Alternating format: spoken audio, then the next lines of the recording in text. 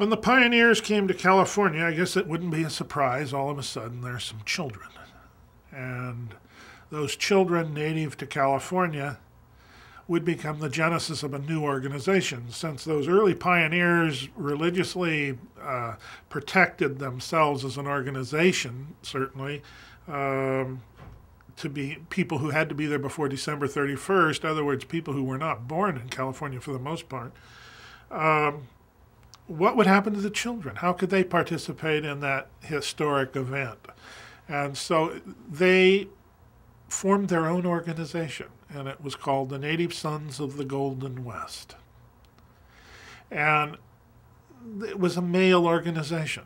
So the answer to that was to form a companion group called the Native Daughters of the Golden West. And the two ran parallel to each other, actually to this day. They still are two organizations in existence. It's a statewide structure with little organizations in each community. And their power as a historical force in the community grew as the pioneers slowly diminished because the numbers were dying in the old pioneer society.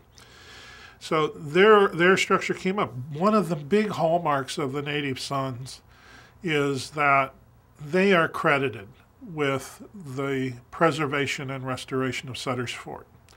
They went out and bought the property. They raised the money to buy the property, gave it to the state, and helped cause it to be restored. They're involved in lots of projects. Perhaps the most significant one to Sacramento was an event, and that was the Electric Parade, which was held on Admission Day, which is annually when the Native Sons do an event on Statehood Day. And it was done here in Sacramento, and it was this big electric parade that was hours and hours long with lights and things that people just thought were wonderful and just amazing. It's a hallmark parade for Sacramento, a hallmark event.